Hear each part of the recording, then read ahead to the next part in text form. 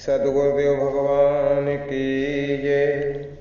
श्री राधा कृष्ण चरण कमलेभ्यो नमः।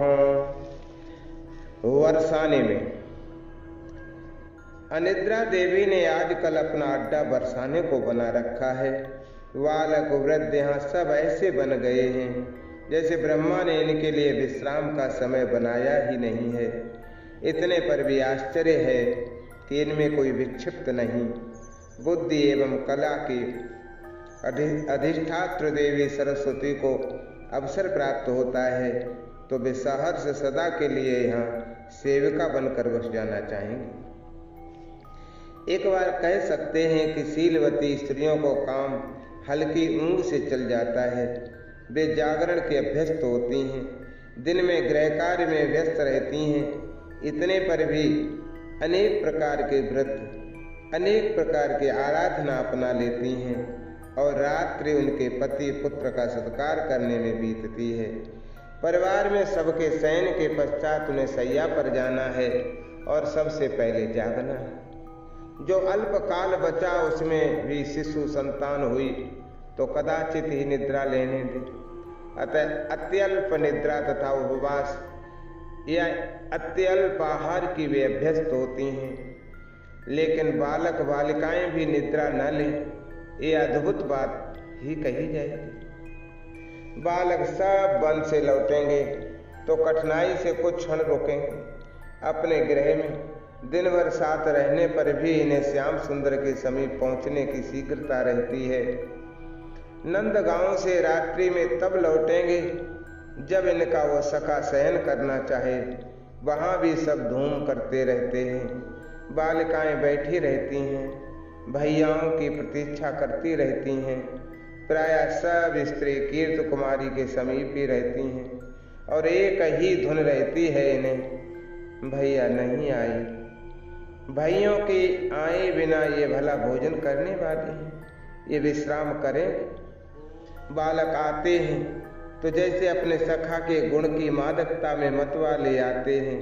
कन्हई ने आज यह किया, ब्रजराज कुमार ने स्वयं यह दिया हमें, इस प्रकार सजाया, ऐसे खिलाया, इतना सत्कार किया। सबको केवल श्याम श्याम की धुन लगी रहती है। सब भोजन शयन भूल कर अपने उस घनश्याम सखा का गुणगान करने में लगे रहेंगे।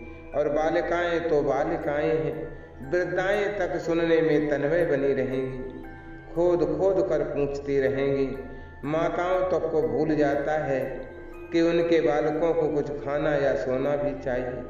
तब सब सुनने में तन्मय। पुष्प गुंजा आदि वन से जो बालकों के अंग पर आते हैं, बालिकाएं सायंकाल ही झपट लेती हैं।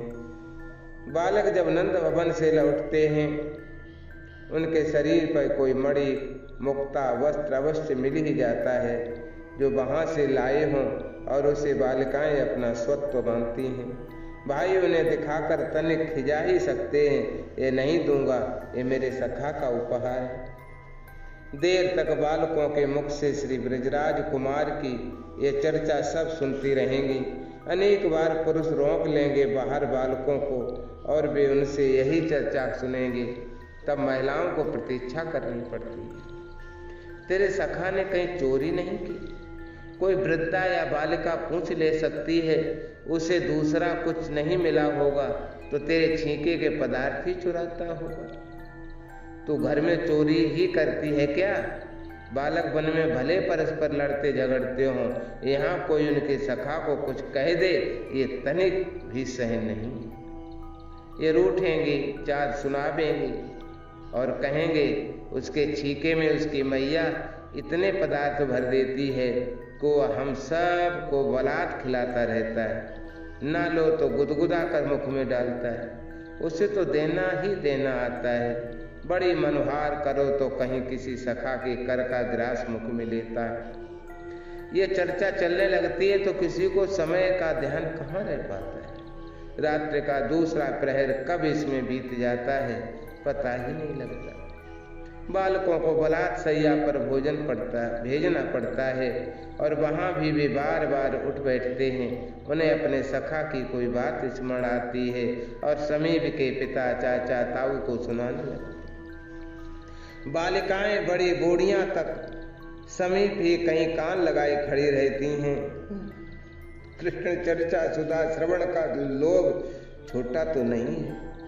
बालक चुप भी हों तो गोपों को, गोपियों को, बालिकाओं को परस्पर चर्चा करना है। बालकों के मुख से सुनी बातों की परस्पर व्याख्या करनी है। वे घनश्याम हैं तो हमारे भाई से छोटे और अभी से इतने उदार, इतने मानद। हृदय भर भर आता है, नेत्रों में अश्रु छलक आते हैं, शरीर बार बार पुलकित होता है। ऐसे में केवल चर्चा विरमित करके मौन हो जाने से, नेत्र बंद कर लेने से किसी को निद्रा आ सकती है।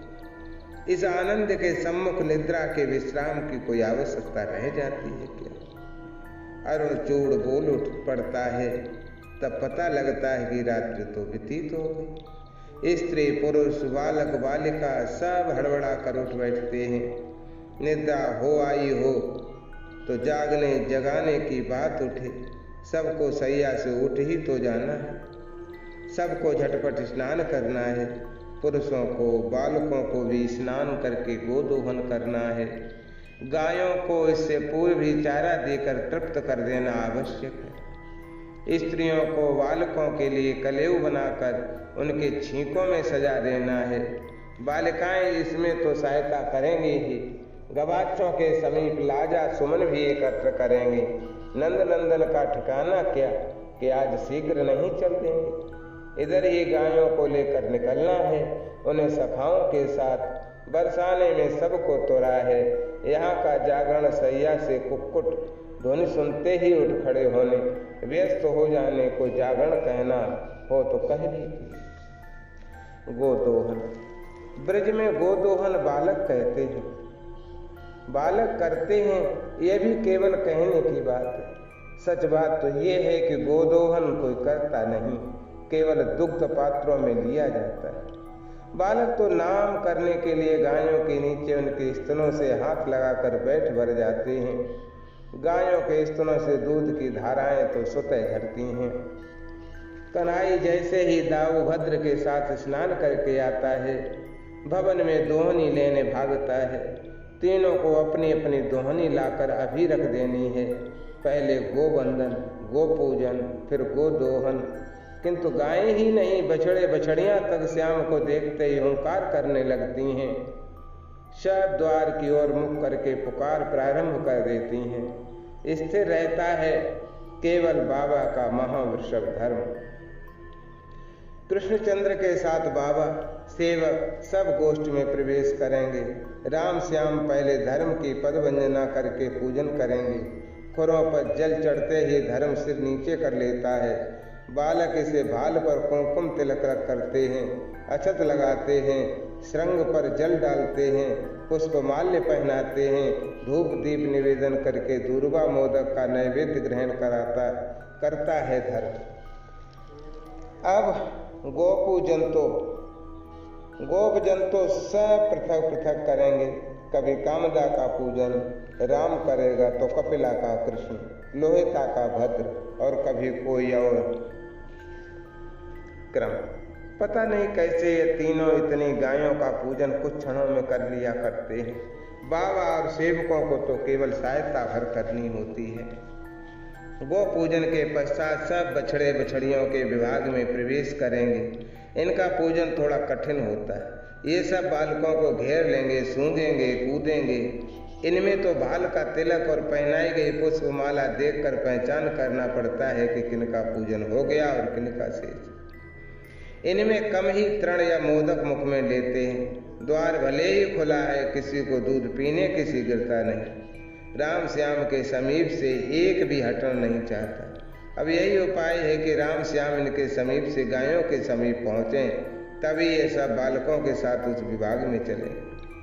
गले में पड़ी पुष्पमाल्य हिलाते, बीच बीच में कूदते फुदकते ये बछड़े बछड़ियाँ केवल बालकों को सूंघते, इनसे सटे रहना चाहते हैं।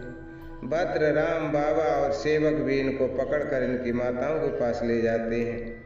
प्रयत्न करते हैं कि उनके स्तनों से मुख लगा लें, किंतु ये तो छुड़ाकर भागते हैं, कूदते हैं और कन्हई को सूंघने पहुंच जाते हैं।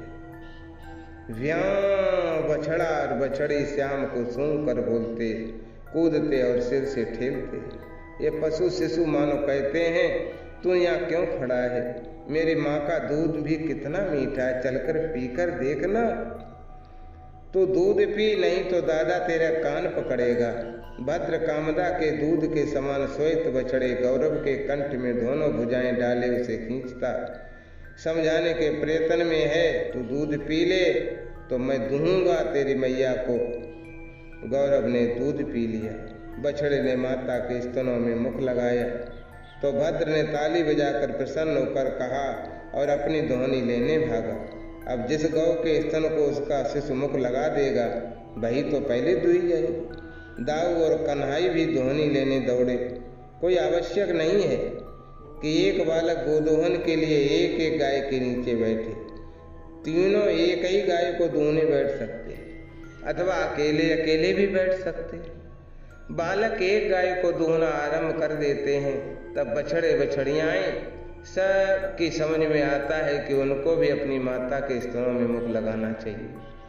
बालक स्नान करके आए हैं गोदोहन करने, अलकें अब भी गीली हैं, शरीर पर कहीं चंदन नहीं, अलकें भी संवारी नहीं गईं, उनमें कोई पुष्प नहीं, अलकों में उलझे कुंडल और नोबने की रज्जु लिपटी है मस्तक के चारों ओर। नोबना भले यहाँ नावश्यक हो, गोपालों को गोदोहन के समय तो अपने भेष में ही होना चाहिए। पटुके कट में लपेट लिए गए हैं। कनाई के कंठ में कौस्तुभ विशेष है, अन्यथा तीनों के गले में मुक्ता मालाएं और करों में कंकड़, भुजाओं में अंगद, कटी में किंकणी और चरणों में नूपुर मणिजटित है। दाऊ तो एक ही कान में कुंडल पहनता है। तीनों घुटनों में दोहनी दबाए गायों के नीचे बैठे हैं।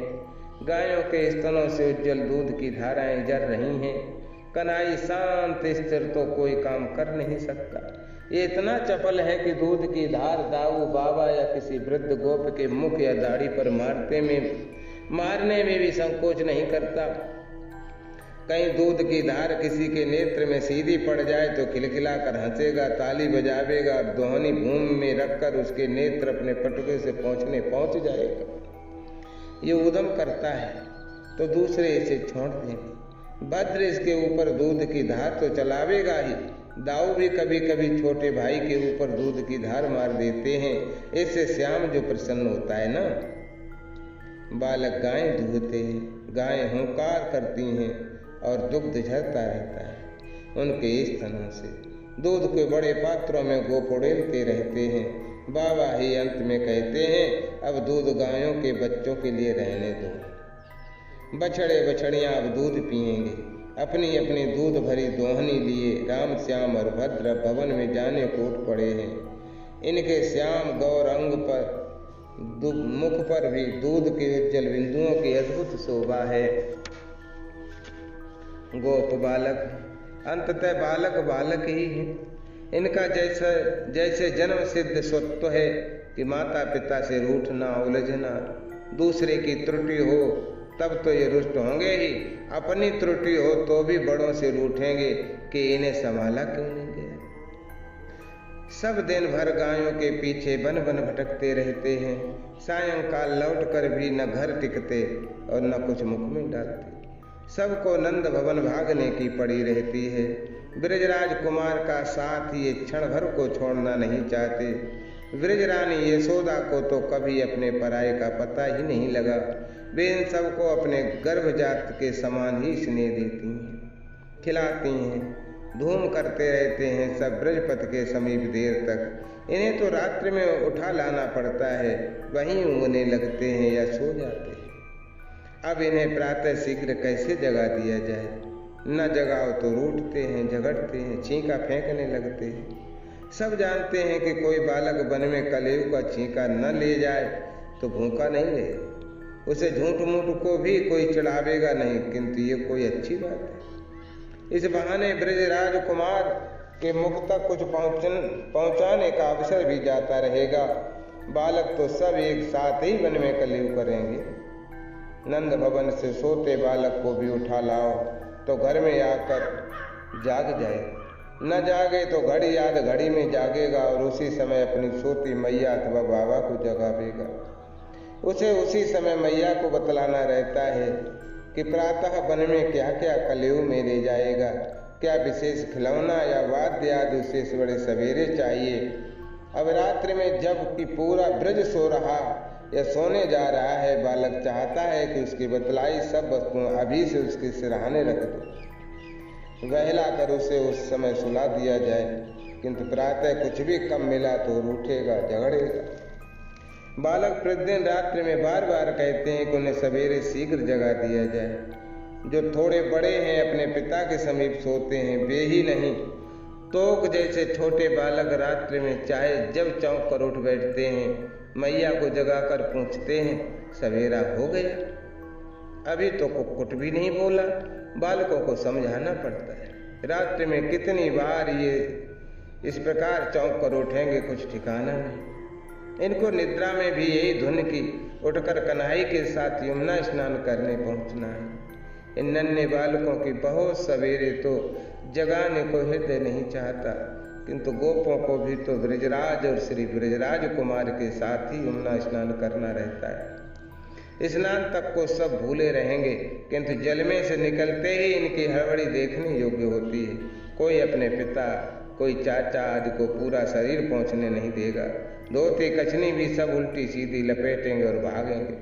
केवल यही समय है जब श्याम के समीप से उसे यमुना पुलन पर ही छोड़कर भागते हैं, बड़े गोपों से आगे भागते हैं। साथ के बड़े गोप घर पहुँचे, इससे पूर्व जो थोड़े क्षण मिलते हैं उसमें इन्हें बहुत काम है। घर पहुँचते ही अपनी मैया से पूछेंगे कि इनका छींका सज गया या नहीं।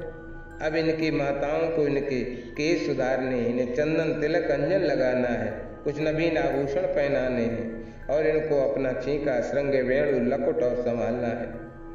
इस खींचातानी में इन बालकों का जितना श्रृंगार माताएं किसी प्रकार कर सकें तो कर लें। बड़े गोप तनिक धीरे धीरे घर लौटते हैं। वे जानते हैं कि उनके पहुंचते ही बालक दोहनी उठाकर गोष्ठ में आ जाएंगे और बछड़े बछड़ियां खोल देंगे। उन्हें गोदोहन की शीघ्रता पड़ी रहती है। बालकों को ही नहीं, संभवतः गायों को भी शीघ्रता रहती है। वे भी स्तनों से दूध की मोटी धाराएं गिराती हैं, हुंकार करती रहती हैं। गोपों को लगता है गायें अपने बछड़े बछड़ियों को बहुत कम दूध पिलाती हैं।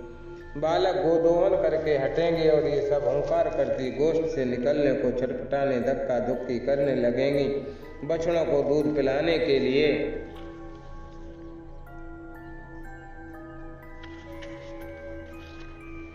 समय नहीं देती हैं। बालकों की चले तो दूध की दोहनी मैया को देते ही श्रृंग मुख से लगाकर धूत धू करने लगें, किंतु इनकी माताएं जानबूझकर इनके छींके अब सजावेंगी। इनके नेत्र, लकुट, श्रृंग, छींके छिपा कर रखेंगी, वेत्र, और एक एक करके धीरे धीरे देंगे। लाला रे तू तने कुछ खा ले। बालकों से मनोहार करनी पड़ती है। बछड़े अभी दूध पी रहे हैं तो गायों को खोल देगा तो बछड़े भूखे रह जाएंगे। बालक खींचते रहते हैं, कन्हई पहले गायें खोल देगा। दाऊ दादा तो 4 क्षण प्रतीक्षा कर भी लेता है, किंतु कन्नू नहीं करता। वह फिर चिढ़ावेगा हमें आलसी कहकर। सबको शीघ्रता है कि आज उसी का श्रृंगनाद पहले गूंजना चाहिए। माताएं जानती हैं कि श्याम सुंदर को ब्रजेश्वरी इतनी शीघ्रता नहीं करने देंगी। सखाओं के पहुँचे बिना वह कलयुग भी नहीं करेगा। बालक भी नंद भवन में उसके साथ ही कलयुग के लिए जमकर बैठ सकेंगे, किंतु अपने घर यदि थोड़ा कुछ खा लिया करें। शीघ्रता गोपियों को भी है और बड़े गोपों को भी। नंद नंदन भवन से गोचरण को निकलेगा। इस समय उसकी झांकी न हो तो पूरा दिन गया। उसे तो वन से सायंकाल लौटना है, ये अवसर कोई छोड़ सकेगा। लेकिन बालकों को जो शीघ्रता है, इन्हें जो चटपटी लगी है, वो तो संभवतः रात्रि में सोने से पहले से ही लगी है। बालिकाएं अधिकांश नंदगांव की भी बालिकाओं ने बरसाने की लड़कियों से ही मैत्री कर रखी है। कुछ थोड़ी हैं जो राम श्याम को भैया कहती हैं, लेकिन सब लड़कियों की एक ही सी दशा है इस संबंध में कि सबको प्रातःकाल बालकों से भी पहले उठने की धुन चढ़ी रहती है। इनको पता नहीं क्या शीघ्रता रहती है। तू इतने सवेरे क्यों उठ गई? तुझे क्या गोचारण करने वन में जाना है? इनके भाई कई बार इन्हें चिढ़ा देते। तू तो निखट्टू है, तुझे कुछ कहूँ भी तो स्मरण रखेगा, सायंकाल लौट कर कह देगा कि मैं भूल गया। बालिकाएं कहाँ भाइयों से ऐसी हारती हैं। वे ठीक कहती हैं, दाऊ दादा को या कन्हई को कहूँगी तो वो मेरे लिए ढेर सारी गुंजा ले आएगा वन से। किसी को गुंजा चाहिए, किसी को विशेष विशेष फल, पल्लव, पुष्प या पक्ष विशेष के पिच्छ। इनके भाई तो भूल जाएंगे, किंतु कन्हई भूलता नहीं है। जो कोई कुछ मांगेगी उसकी वस्तु वो ले अवश्य आवेगा, भले सायंकाल थोड़ी देर दिखाकर ललचा कर तब दे, या खिजाने को कहे कि नहीं लाए। कोई वस्तु चाहिए ही ये आवश्यक नहीं। सच तो ये है कि किसी को भी कुछ नहीं चाहिए केवल श्याम सुंदर से बोलने का कोई बहाना। लड़कियों के पास बहाने सदा तैयार रहते भी। मैं आज दाऊ दादा को कलेव कराऊंगी। अब इस उमंग में तो माता दादी सब साथ देने वाली। नंदगांव की लड़कियों की ये माता दादी सब साथ देने वाली। नंदगांव की लड़कियों की ये प्रतिदिन की उमंग है। किसी को कुछ उमंग है, किसी को कुछ। कलेव तो तब कराया जा सकेगा जब नंद भवन को शीघ्र पहुंचा जा सके। अतः सवेरे बहुत ही शीघ्र उठना आवश्यक है। बिना स्नान किए तो राम श्याम जैसे भाइयों के लिए कलेव बनाया नहीं जा सकता। लड़कियों को माताएं सवेरे उठते ही उठा देती हैं, ये सबको अच्छा लगता है। बालिकाओं का शीघ्र उठने का स्वभाव बनना ही चाहिए। बालक चाहे जितने खींचें, इनके माता पिता पहले लड़कियों को ही उठाते। भाइयों को ये चिढ़ा भी देती हैं, तू तो पुकारते पुकारते थक जाओ, हिलाओ डुलाओ तब उठता है। मैं तो पहली पुकार पर उठ जाती हूँ। लाली, मैया ने इतना धीरे से कहा और उसकी लाली ऐसे उठ बैठेगी जैसे बहुत देर से जाग रही। घर में बड़े सवेरे बालिकाओं को काम भी बहुत रहता है। दीपक जलाकर गृह स्वच्छ करेंगी, कल के पात्र धोए मांजेंगी। स्वच्छ पात्र भी फिर तो धोने ही हैं। बिना मर्जनी पड़े घर वासी रहता है ना। बिना मांजे पात्र वासी रहता है। वासी घर वासी बर्तन तो आराधना के उपयोग योग्य नहीं। घरों में नारायण आराधना है। गोपूजन प्रतिदिन होता ही है। बालिकाएं नित्य कर्म स्नान करके तुलसी के समीप भी दीपक रखेंगी। पिता भाई यमुना स्नान करके आवे तो उनको गोपूजन की सामग्री, गोदोहन के पात्र तैयार मिलने चाहिए। नंद भवन कुछ बनाकर ले जाना है, कुछ खूब स्वादिष्ट, और उसे लेकर भाइयों से पहले वहां पहुंचना है।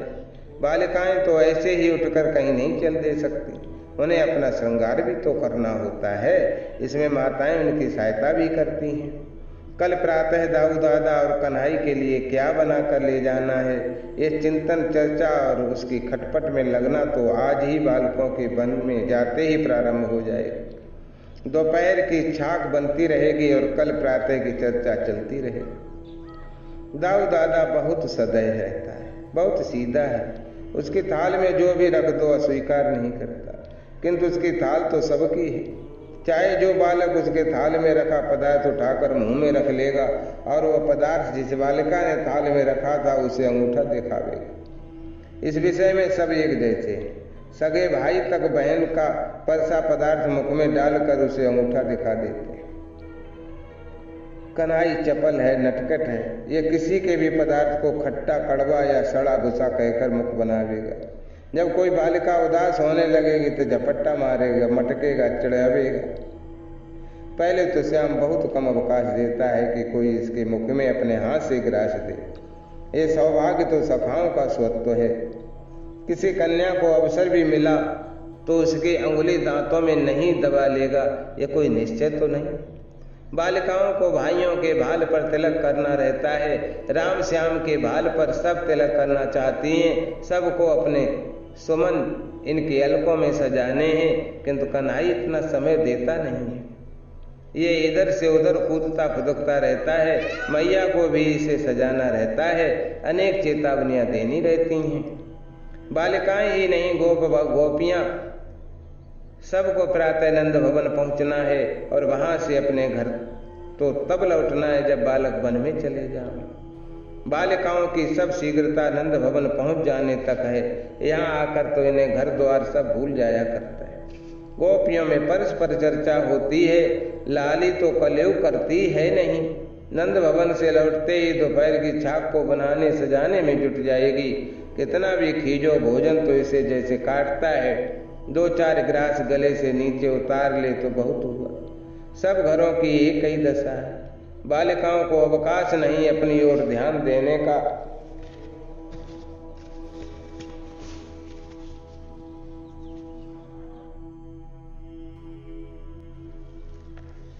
कलेव, ब्रजराज कुमार अकेले कलेव कैसे कर सकता है? गोदोहन समाप्त करके भवन में आता है, तब मैया सबसे पहले इसका श्रृंगार करती है। अपने नीलमणि का ही श्रृंगार मैया करे, ये कोई नियम नहीं है। माता रोहिणी, मैया और तब तक जो कोई भी गोपी आ गई हुई सब मिलकर बालकों को बैठा लेंगी। दाऊ, श्याम, भद्र तो हैं ही कुछ, और सखा भी घरों से बिना श्रृंगार ही भाग आते हैं। इनमें से जो बालक जिसके सम्मुख बैठ जाए वो उसी का श्रृंगार करने लगेगी। अलकों में सुरभित तेल लगाकर कंघी करके पिछ मुक्ता लगाना है, काजल लगाना होता है नेत्रों में, और आभूषण प्रायः प्रतिदिन कुछ न कुछ परिवर्तित होते हैं। बाल पर तिलक तो बालिकाएं आकर करेंगी, किंतु चंदन की खौर तो मैया लगा ही देती है। मैया को बहुत शीघ्रता करनी पड़ती है। बालक चंचल है ना, केवल दाऊ चुपचाप बैठता है। श्याम सुंदर तो बीच में कभी लकुट उठाने भागेगा, कभी पटुका, वंशी अथवा कुछ संभालना होगा, संभालना चाहेगा। बालकों का समूह आया और सबको कलेव करा देना है। मैया सबको अपने ही हाथ का नवनीत और बनाए पदार्थ खिलाना चाहती है, किंतु बालिकाएं अथवा दूसरी गोपियां जो इतने सवेरे कुछ बना लाती हैं, उन्हें रोका तो नहीं जा सकता। बालक शांत बैठकर खाने से रहे, सब उठकर इधर उधर कूदते दौड़ते रहेंगे, सब हंसेंगे, परस्पर एक दूसरे को चिढ़ावेंगे। कोई किसी के मुख में ग्रास देगा और कोई किसी के पात्र का पदार्थ मुख में डालकर उसे अंगूठा दिखावेगा। लाल एक ग्रास मेरे हाथ से, गोपियों में कोई आग्रह कर सकती है। मैया और माता रोहिणी तो प्रत्येक बालक से ऐसा आग्रह करती ही है। कन्हई किसी को चिढ़ा दे सकता है, तेरे हाथ का कौन खाए, तू तो नहाती नहीं है। ये नटखट किसी में कुछ और किसी में कुछ दोष बता देगा, किसी को भालू की बहन बतावेगा और किसी को उटकी कहेगा।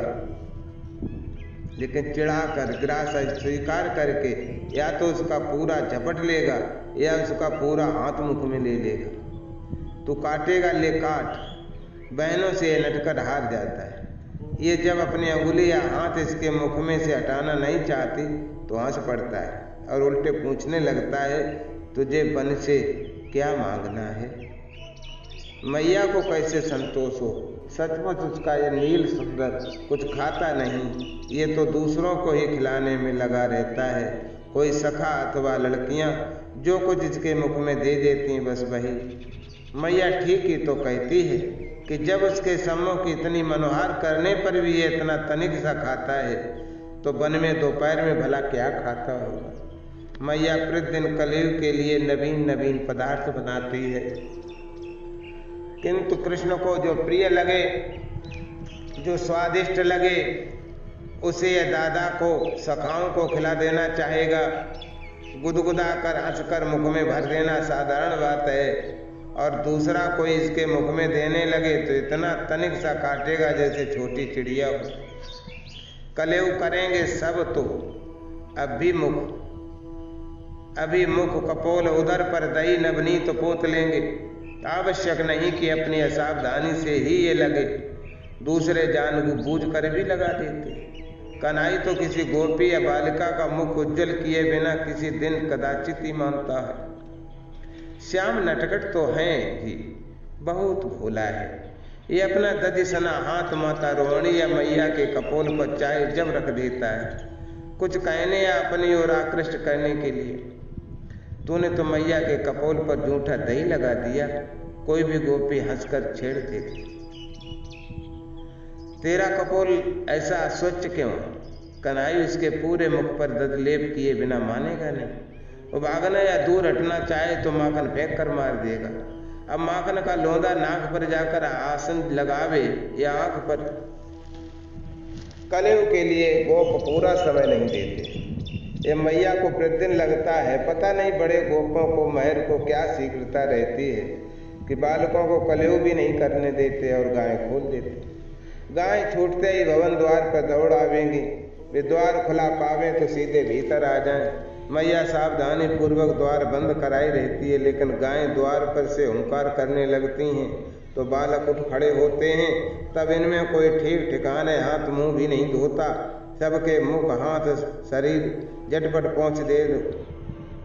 सब लकुट श्रृंग चीखे उठाने लग जाएंगे। लड़कियां सबको कुमकुम तिलक करके अक्षत लगावेंगी, साथ साथ बतलाती जाएंगी कि उनके लिए वन से कौन से पुष्प, गुंजा, धातु, फल, किसलम, पत्रादि सायंकाल ले आना है। बालक कलयुग करने लगते हैं तो कपि भवनों के ऊपर चुपचाप बैठे रहते। कोई पक्षी बिल्ली मध्य में नहीं आती, किंतु बालक उठे और बंदर आंगन में उतर आते। पक्षी आ जाते, बिल्लियां घूमने लगती, बंदर तो समीप की गोपी को दांत भी दिखा देते। बालकों के उच्चिष्ट का कण भी वहां प्रांगण में ये सब छोड़ने वाले नहीं। श्रृंगनाथ अभी कलयुग समाप्त करके भली प्रकार हाथ मुख स्वच्छ भी नहीं हुए थे। अभी भाल कुमकुम तिलक से अलंकृत नहीं हुए, तभी किसी ने भी मुख से श्रृंग लगाकर धूतु धू धूतु धू करना प्रारंभ कर दिया। श्रृंगनाद का अर्थ ही है कि अब वन की ओर चलो। एक ने श्रृंग फूंका तो दूसरे भी यही करेंगे। गोपों में जिन्होंने भी अब तक अपनी गायें नहीं खोली हैं, वे गोष्ठ द्वार खोल देंगे। श्वेत लाल काली कबरी धूसर सहस्रों हजारों गायें प्रसव बछड़े बछड़ियां पूंछ उठाए कान खड़े किए हुंकार भरते कूदते दौड़ते चारों ओर से उमड़ते आ रहे हैं। नंद कुमार से दूर आगे जहां तक दृष्टि जाए ये पशु ही पशु दिखते। पशुओं की ये ठसाठस भीड़, सब गर्दन उठाए, सब सटे और आगे बढ़ने के प्रयत्न में। सबकी दृष्टि ब्रजराज पौर पर लगी है। सब बीच बीच में हुंकार करते हैं। अब इस समय मार्ग में पद रखने को स्थान है। कोई न किसी के गृह से निकल सकता है, न किसी में जा सकता है। श्रृंगनाद गूंज ग्रहित हैं। सत सहस्र श्रृंगों के नाद से दिशाएं ध्वनित हो रही हैं और गूंज रहा है, द्विगुणित कर रही है उसे पशुओं की हुंकृत। इन असंख्य श्रृंगों के घोष में कन्हई के श्रृंग का रब जैसे सबसे पृथक लहरा रहा है। ब्रजेंद्र नंदन के अधरों से लगकर श्रृंग भी सुस्वर हो उठता है। गोप वृद्धा गोपियां द्वारों पर दौड़ कर पहुंचेंगी। महर्षि शांडिल्य के आश्रम में किसी भी समीप के आश्रम में कोई ऋषि मुनि ब्रह्मचारी नहीं रह जाएगा। सब वनपथ में दोनों ओर दौड़ आवेंगे, पंक्तिबद्ध खड़े हो जाएंगे, करों में पुष्प जल दुर्वांकुर लिए। बालिकाएं जो नंद भवन नहीं जाती, वे पथ के ही किसी भवन के गवाच के समीप सखियों के साथ मिलेंगी। उन्होंने ढेरों सुमन लाजा एकत्र कर रखे हैं और इनकी दृष्टि लगी है पथ पर। मैया को बहुत आदेश देते हैं, अपने नीलमणि को, दाऊ को, भद्र को, वरुथप को, विशाल को, सभी बड़े बड़े बालकों को सचेत करना कि वे सब श्याम का ध्यान रखें। इसे वृक्ष पर न चढ़ने दें, यमुना अथवा सरोवर के भीतर न जाने दें, धूप में न घूमने दें, बंदरों और दूसरे वन पशुओं से दूर रखें। ऐसी असंख्य बातें, किंतु बालक तो बिना सुने ही हाँ हूँ करते जाते हैं। नीलमणि भी कुछ सुनता नहीं, सब श्रृंग फूंकने में या लकुट सज्ज रज्जु छीका संभालने में लगे जाते हैं। बहुत शीघ्रता में लड़कियों को तिलक करना पड़ता है। इस समय बालक किसी की भी कुछ भी नहीं सुनते। तुमुल नाद और गायों के हुंकृत में कुछ सुनाई भी तो नहीं देता। बाहर पशु कसमसाने लगते हैं। वे पहले से इतने ठसे खड़े हैं कि आगे हिलने का स्थान नहीं। कभी भवनों के ऊपर कूदने किलकने लगे और गगन में पक्षियों से बितान बना रखा है। भगवान भास्कर छितर से थोड़ा ऊपर उठाए हैं। राम श्याम ब्रजराज पौर पर आ गए। घुंघराली काली कोमल सघन सुरभि सिंचित अलकों में सजी मौक्तिक माला के ऊपर तनिक तिरछा मयूर पिछ लहरा रहा है। कर्णों में मणिकुंडल भाल पर गोरोचन की खौर के मध्य कुंकुम तिलक के ऊपर लगे अछत कमल दल विशाल लोचन अंजन रंजित है और कंब कंठ कौस्तुभ मुक्त माला बनमाला से सजा है। कंधों पर नील पीत पटकट में कछनी के ऊपर रतन में खला और चरणों में नूपुर। श्याम ने बाम स्कंद में रज्जु लपेट ली है। मुरली कट में दाहिनी ओर खोस रखी है। दक्षिण कर में बेत्र लकुट बाम कर में श्रृंग है। ये हंसता है तो अरुणाधर दुग्धोज्जल होठते हैं। ये लकुट उठाता है तो सम्मुख के पशु उस लकुट को ही सूंघ लेना चाहते। ये भीतर से पाटल वसन कुछ दोहरे गठित श्याम वर्ण का बालक बरूथप आया राम श्याम के पार्श्व से आगे, जैसे यही प्रधान पशुपाल है। सब पशु इसी की प्रतीक्षा कर रहे हों। बरूथप के लकुट उठाते ही पशुओं का व्यूह बदल गया। सबने मुख घुमाया अचानक और जो सबसे पीछे थे वे आगे हो गए। मैया माता रोहिणी गोपियां भवन में जो बालिकाएं थीं वे सब द्वार तक ही आवेंगी। दाहिने एक कुंडली नील बसन दाऊ, बाएं पीत कछनी नील पटुका गोधूम वर्ण भद्र के मध्य पीताम्बरधारी बनमाली श्री वत्स वच्छा कमल लोचन कन्हाई पौध से निकल रहा है। सहस्रासह वाल कहें इनके पीछे और श्याम बार बार पीछे मुड़ता है। मैया से माता रोहिणी से या किसी और से दो शब्द कुछ कहकर फिर सामने चलता है। नूपुरों के रुंझन बालकों के प्रसन्न कोलाहल में सुनाई नहीं पड़ सकती। गायों के हुंकृत प्राय बंद है।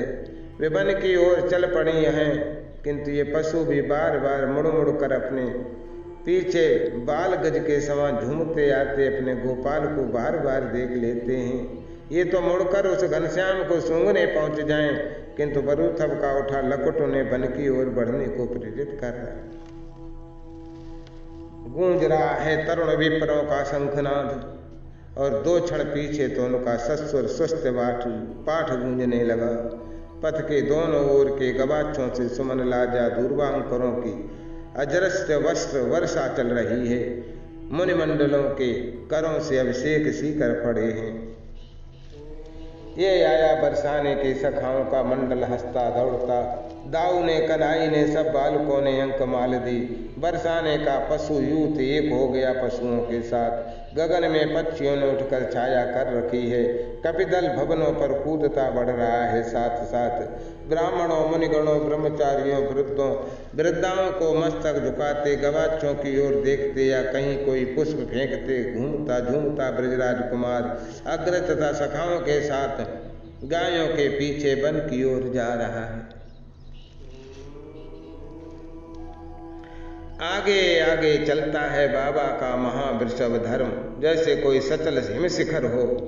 वन का कोई महागज क्या इस गौरव से चलेगा। उसके पीछे असंख्य पशु, उनमें वृषभ गायें और बछड़े बछड़ियां सब हैं। अनेक रंगों की हैं। गायें बछड़े बछड़ियां बार बार पीछे मुड़कर देखते हैं, अनेक बार पीछे मुड़ आते हैं, किंतु धर्म चलता रहता है। इस गौरव से चलता है जैसे जानता है कि वो चल रहा है तो सब पशु सब बालक राम श्याम उसका अनुगमन करेंगे। धर्म बरूथा पुकारेगा यदि रुकना है अथवा किसी विशेष दिशा की ओर मुड़ना है, तब धर्म के पद रुकेंगे। तब धर्म केवल तनिक सी गर्दन मोड़ेगा और कानों में तनिक गति देगा। बरूथब को उसके समीप आकर अथवा पुकार कर कहता है कि यहीं रुकना है अथवा किसी ओर मुड़ना है। धर्म वृषभ है किंतु बहुत समझता है, बालकों की बात समझता है। किसी के पुकारने पर खड़ा हो जाएगा किंतु बरूथब को देखना चाहेगा। किसी विशेष दिशा की ओर जाना हो तो बरूथब का आदेश चाहेगा, बरूथब ना हो तो दाऊ या कन्हई की ओर ऐसे देखेगा मानो लाना देता हो। बरूथब कहाँ है? वो नहीं है तो तुम या भद्र क्यों नहीं बतलाते कि मैं क्या करूं? पशुओं के पीछे आ रहे राम श्याम नीलांबरधारी दाऊ सीधे चलते हैं, किंतु उनका अनुज कभी पीछे घूम पड़ेगा, कभी एक कंधे पर रखेगा, कभी दूसरे के, कभी किसी सखा को चढ़ावेगा, कभी किसी गौ या वृषभ की पीठ पर अपना पटुका धरेगा या किसी पर पुष्प फेंकेगा। हंसता खिलखता नाचता कूदता चलता है अपना कन्हई। दाऊ के दाहिने श्रीराम और कन्हई के वाम पार्श्व में सुबल, इन चारों के आगे केवल बरूथब और भद्र। बरूथब को पशुओं की संभाल करनी है और भद्र को सखाओं की, विशेषतः इस अक्सर चपल कन्हई की। इसका ठिकाना नहीं है कि कब कंटकलता के पुष्प लेने बढ़े या कब पथ छोड़कर दौड़ पड़े। गोप बालक तो बालक हैं, ये कोई सैनिक या वृद्ध नहीं कि सीधे पंक्ति में चुपचाप चलेंगे। कोई गाएगा, कोई नाचेगा, कोई ताली श्रृंग या वेणु बजाएगा, लाठी घुमावेगा, चाहे जो जब आगे या पीछे सखा के पास दौड़ जाए। कन्हई या दाऊ दादा से कुछ कहने तो ये बालक बार बार दौड़ ही आते हैं। परस्पर भी इन्हें कभी भी कुछ कहना होता, कोई खिजावे चिढ़ावे तो भद्र या दाऊ से ही कहना है। सब मधुमंगल को ही चिढ़ा लेते हैं। लोकांशु तेजस्वी देवप्रस्थ जैसे छोटे बालक तो फुदकते ही रहते हैं। बहुत थोड़ी दूर नंदग्राम से ये मंडल चल पड़ता है। नंदग्राम के बाहर विप्रों गोप वृद्धों को प्रणाम करके आगे बढ़ो तो बरसाना के वृद्ध और ब्राह्मण आ जाते हैं। पथ के दोनों ओर इन आदरणीयों के स्नेह सत्कार के पश्चात वन बहुत आगे दौड़ आता है।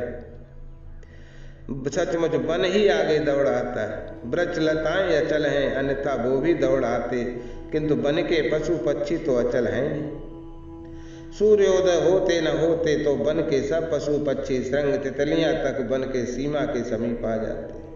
वन सुनसान हो जाता, भीतर कोई प्राणी मिलेगा ढूंढने से भी नहीं। सीमा के वृक्ष विरुद्ध लताएं पक्षियां कपियों से लद उठती हैं। पत्तों से अधिक पक्षी उन पर बैठे प्रतीत होते हैं। न पक्षियों में न पशुओं में कोई देखता है कि उससे सटा कौन खड़ा है। केहरी के सम्मुख या उसके शरीर से शरीर सटाए बारहा भल्लूक मृग गवय कोई खड़ा हो सकता है। शशक जैसे क्षुद्र पशु भी नहीं देखते कि वे किसी के पद के नीचे आ सकते हैं। सब एक एक टक उत्कर्ण केवल प्रतीक्षा करते रहेंगे। सब स्तर नीरव मानो वन सीमा पर ये मूर्तियां वन पशु पक्षियों की सजाई गई। वंशी का, वेणु का, किसी वृषभ की हुंकृत का सुर सुनाई पड़ते ही वन सीमा सजीव हो उठती है। प्रत्येक पशु पक्षी में जैसे जीवन आ गया हो। ब्रजराज कुमार के स्वागत में जैसे संपूर्ण वन जय घोष करने लगता है और फिर दौड़ पड़ता है। सुख पिक भ्रमर पपीहे की सुर डूब जाते हैं। मयूरों के केकारव और पशुओं के सुरों को दबाकर केहरी का नाद हर्षनाद गूंजने लगता है। ये ध्वनि प्रतिध्वनित होती है। धर्म हुंकार करेगा, वृषभ गायें बछड़े बछड़ियां तक हुम्मा करेंगे। बहुत से बालक अधरों से श्रृंग लगा लेते हैं। लो वन दौड़ आया। पक्षियों का संघ समुदाय, इनको पशुओं की पीठ पर बैठने की भी सुविधा है। भ्रमर भर उठते हैं। बालकों की मालाओं के पुष्पों पर और तितलियां चाहे जिसकी अलकों या कन्नों को आसन बना लेती हैं। वन के पशु दौड़ते हैं, छलांगे लेते हैं और गायें वृषभों के मध्य आकर उनके साथ साथ चलने लगते हैं। पक्षियों को, पशुओं को, सबको ही ब्रजराज कुमार को सूंघ लेना है।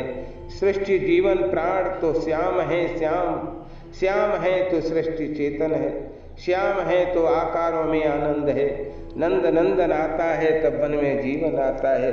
कन्हई आनंद घन है, ये आता है तो वृंदावन में आनंद का अपार अम्बुधि उबड़ पड़ता है। वन में अब सर्वत्र कोलाहल, हलचल, उल्लास फैल गया। अभी तक का नीरव निस्पंद वन जैसे अब जागा है। हिल रहे हैं, डोल रहे हैं वृक्ष, डोल रही हैं डालियां, झुके झूम रही हैं लताएं। वृक्षों से सुमधुर पक्व फल टपाटप गिरने लगे। पुष्प तरुओं लताओं राशि राशि पुष्प झरते जा रहे हैं। वन स्वागत में लगा है, क्योंकि ब्रजराज कुमार ने वन में प्रवेश किया है। ब्रजराज कुमार ने वन में प्रवेश किया है। श्री राधा